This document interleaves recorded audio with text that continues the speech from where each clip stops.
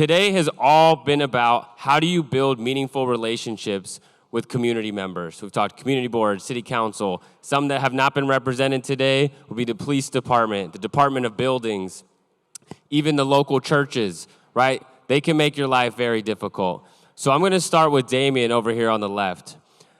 If I remember correctly, you live uptown, but you farm upstate. Yeah. So tell me about like how did you build relationships? And if I'm going to be presumptuous here, I bet you look a little bit different than your neighbors. Yeah. So how did you start to build those relationships? Out there? No, that Yes. didn't really happen. No, I will say I was part of a farming cooperative, a nonprofit that had the express purpose of encouraging BIPOC farmers. So there was a receptive audience out there that I worked with, but the local community generally doesn't like people from the city, and so if you're also coming out there to grow cannabis, they really don't like you. And I was growing on land that had never grown cannabis before. There were definitely some people who had been farmers out there for a long time that have struggled, like onion farming, corn farming, and to see someone young who doesn't have a lot of farming experience come out there and grow this new sexy crop that could make a lot of money, there's a lot of animosity there. There was a lot of angst, but I think that what we're going to see with the cannabis, with THC and adult use cannabis cultivation, there's just got to be more back and forth between people in the city and people in these farming communities because we got to grow somewhere and there's not a lot of space here. So those conversations need to happen. They happen here a lot. I mean, half the conversations I hear in the back right there are farmers upstate talking to people in the city, and that's something we just need to encourage more. Amazing. Okay, guys, before you guys answer a question, if you'll raise your hand so that our audio knows who's going to speak. For you, B, as a person that has a lifestyle brand that has existed for a while in New York, what are some of the keys for you to build community? Who are some of the critical relationships that you have? I think it's really about going out and educating a lot of people. I think a lot of people don't understand all the different opportunities that come in the cannabis industry, and it's primarily for so long been run by majority white men, and there's so many different opportunities, like right now through the legacy brands that are going and learning about branding.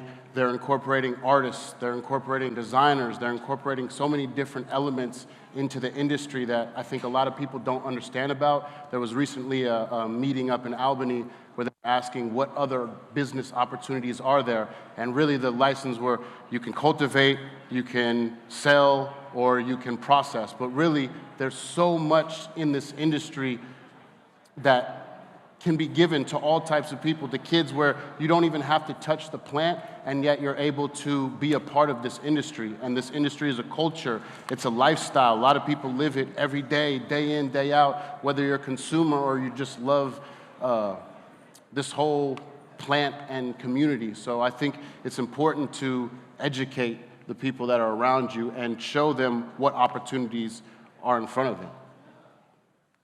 All right, and this goes for you and for Chris. You guys have experience running these operations. What are your aspirations for the New York adult use, and how has your past experience prepared you for that?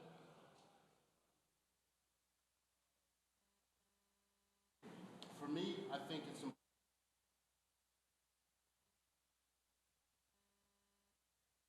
it's for me, I'm a big advocate for the legacy. I think trying to define what and the market, trapping, legacy. I've pretty much been it all. Sometimes I confuse in what I call myself right now, but I think it's about really having everybody involved, black, brown, Asian, white, not excluding and being like, this is gonna be for us, or we're gonna have this, but really having the community, because this plant, as people know, if you're a smoker, it's a cipher session. You pass a left and it goes around and around, and we all need each other in order to make this thrive. And unfortunately, being in the legacy market, you see that there is a lot of competition because everybody wants that one little crumb at the top. There's a lot of hatred, there's a lot of back and forth, and really what people don't realize is that, in my opinion, we're all fighting for this little crumb. But once it goes legal, all these brands that are battling are actually going to have these big boys that are going to come in, the Marlboros and the big dogs that are waiting for everything to be federal so that they can clean up shop. So I think it's really about, for me, ideally getting everybody that's in this room that's interested working together and trying to take it to that next level and really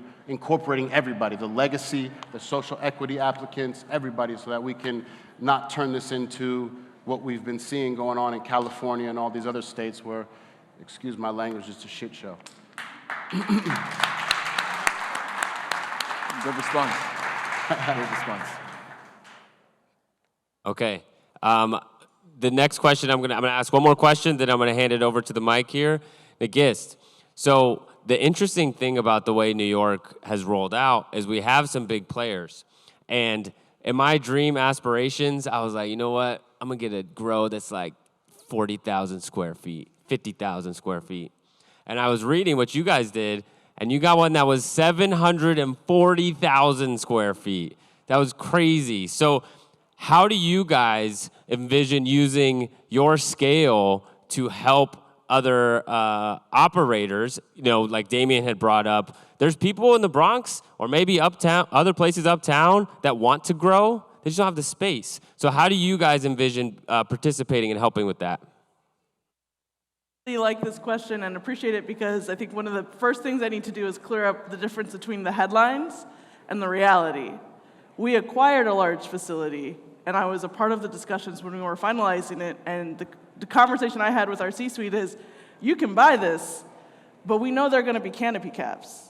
And I need us to understand that the business plan we need to have for this space needs to account for the fact that we're not going to have 740 square feet of canopy in this market. It's been made clear in the MRTA, it's been made clear by the regulators.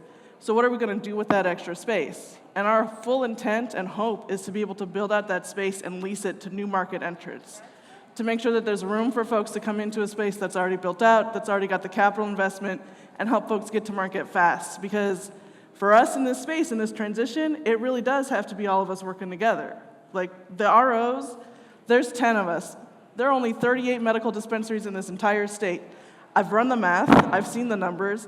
Even if you turned on sales for all of us today, we couldn't possibly compete with the legacy market in New York right now. We could absorb maybe 5%, 10% of the numbers, just in terms of volume. In terms of the volume of transactions, the existing ROs don't have anywhere near the amount of canopy it takes to serve the demand that New York State has. We need to see legacy operators coming over. We know people want to see legacy brands on shelves. We want to have those brands on shelves so we can serve those, provide those to our customers.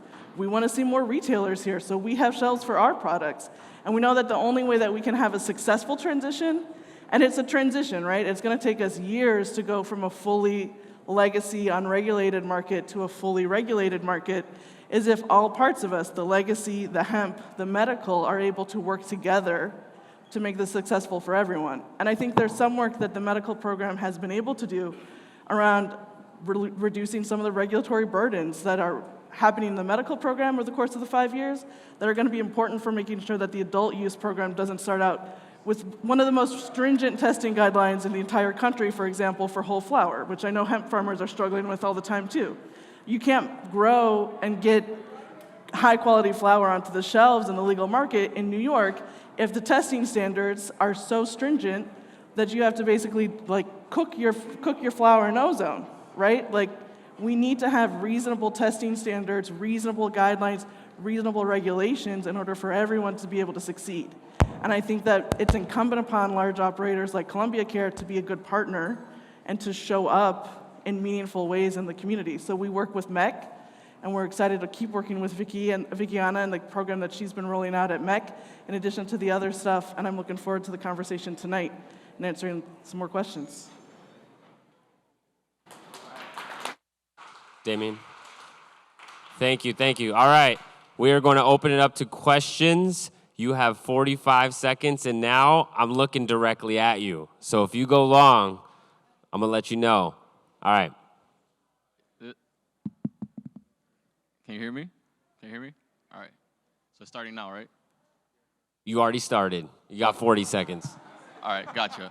So this is a topic that is very near and dear to my heart as a software developer. Well, two cannabis, blockchain, cryptocurrency, a topic that's not discussed. And I know finances is a big thing when it comes to banking in the cannabis industry, when it comes to cash and banks, pretty big problem. So my question is, would you guys consider, as companies that are going into the legal market, cryptocurrency as a viable form of digital payment for your business?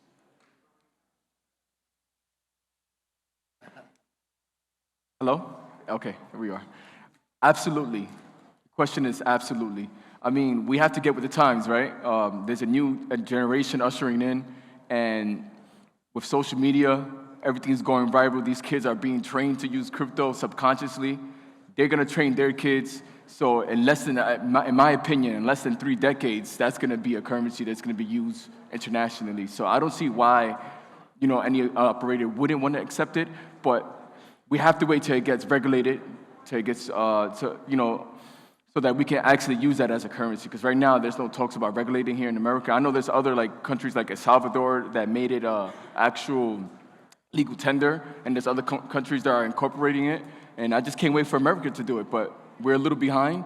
But I'm pretty sure that companies will accept it, but not in the foreseeable future. That I know. So I think that if we we know that the mayor is a fan of crypto, and I think something for New York to be different, if possible, it requires everyone, again, working together. But if we could create our own token or some sort of currency that all of the shops use, it's a way that we could build up. I'm a big fan of cryptocurrency, the NFTs, the metaverse, trying to incorporate it all, but I think that it's important. It's already being used in the industry, just not openly about it, but I definitely think it's an important aspect of. And yeah, B, I would also like to add to that. I know that there are existing communities where they create NFTs and they have use cases for buy this NFT and we're gonna send you a free ounce of this and that every other month. Like there are NFTs that exist that offer those services now. So it's just a matter of time before it starts trending and it becomes massively adopted. Good question. I'm going to keep it moving here. Sorry, Damien. But I will say that the OCM is not the regulatory body that will have any say in that. I've heard Tremaine say that directly. All right, next question, and it has to be a question to our operators. Hi, my name is Beck. I'm from Washington Heights. And my partner and I formed the Uptown Cannabis Coalition after the last revelry. As a goal of organizing and educating and creating a conversation in our community. And I think a lot of times we're talking about the legacy operators and what we need from them and how valuable they are, but I don't know how much they're actually in these conversations. And so I'm just wondering what we can do to engage them. I mean, I'm just guessing that they probably don't trust a lot of these conversations and a lot of the intentions. So how can we engage them more? And what would be the barrier, as a legacy operator, the biggest barriers to becoming legal? Go ahead. Okay. So I've actually had the experience of putting a legacy grower from the Bronx, the collector actually, on the phone with best weed in the Bronx. There you go. On the phone with the OCM regulator, and I didn't say anything on that call, and it was probably the most amazing back and forth ever, and so much came out of that conversation, and afterwards we debriefed afterwards, and those conversations are going to happen a lot more formally, I think, going forward, where they're actually sharing like what they need to come out, come forward, identify themselves. But the biggest challenge, honestly, is that movement from a residential zoning property to an industrial or agriculturally zoned property, and that's the hardest thing because that's an interruption of their current business operations. That's the end of their income for a second, and so that process is revealing itself to a lot of people. It's gonna be very, very complicated. Like we still don't even have a legal definition of what legacy means. And we're talking about, they're writing the regulations now. So how are they even, if they don't know, and we honestly struggle to even tell them. And we asked someone the legacy to start doing it. There's my favorite is we were asking him, what do you have to prove that your legacy? and it was, we were talking about a utility bill, which could potentially prove it. We were talking about I keep a diary of all my yields. I have an Excel spreadsheet of and that stuff has metadata, I guess, that dates back. But man, that's going to be hard to prove. You know what I mean? That's going to be hard for a regulatory body to admit as evidence or as a qualification. So, there's a lot of people working on that are a lot smarter than me. But just understand that it's supremely complicated.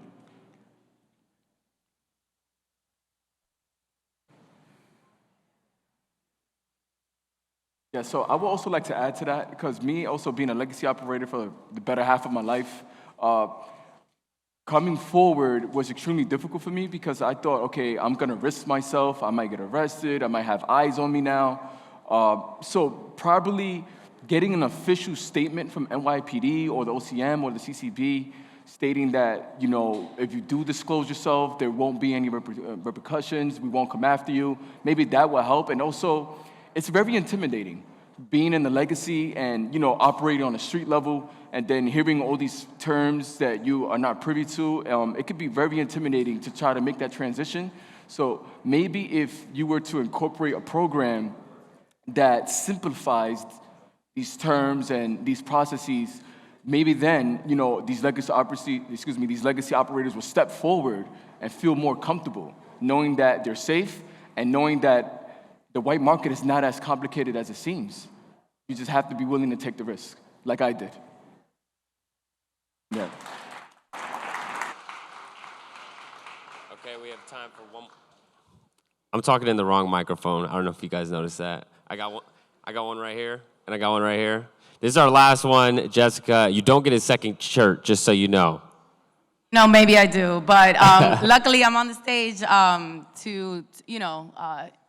invited my brother, right? Invite your family out to these events, right? Because this is gonna be all over our community and everybody needs to know. So my brother works for a school, right? And we talking medical, we talking education. So my question is, in the spirit of educating our youth in the best of ways around cannabis, what's your vision for a strategic plan for the schools to build a curriculum to educate our kids around what's going on in the world and, our parents' use of adult cannabis and everything like that? I'm happy to take a first stab. So in one of the other hats I wear is as vice chair of the Public Policy Council, or the Public Health Advisory Council to the cannabis regulator in Virginia.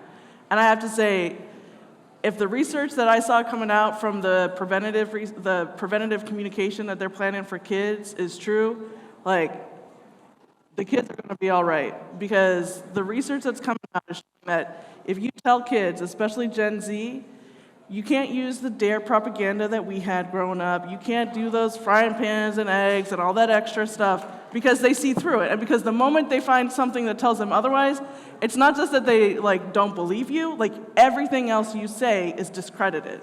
And so the way prevention and kids' education around drug prevention and responsible consumption of intoxicants of all types, because the other thing we have to remember is cannabis isn't the only one, it's the least dangerous one, and we've been doing this for alcohol and tobacco for a lot longer.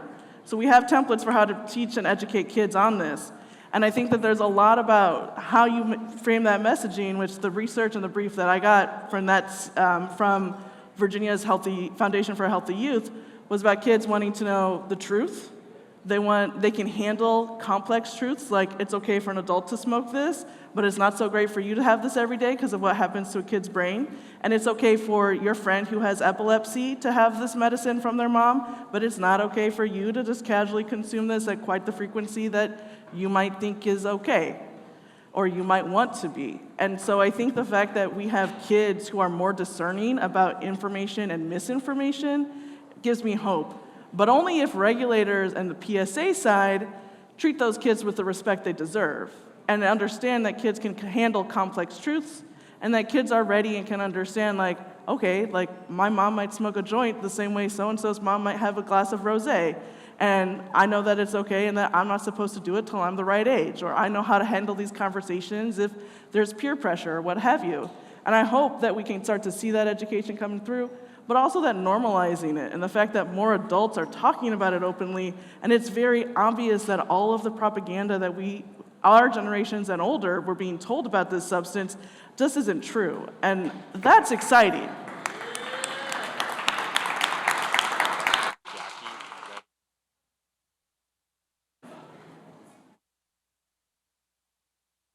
Columbia Care to educate our youth?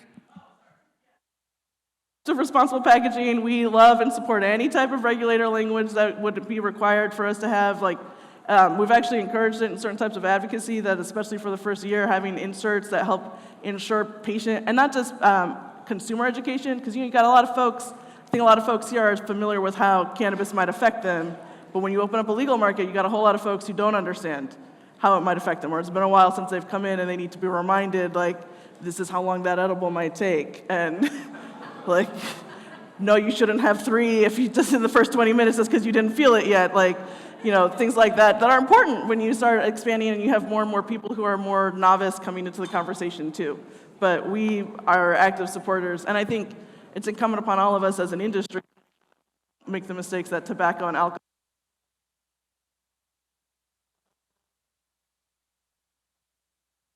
All right, everybody, give us a round of applause for our panelists. Thank you guys so much.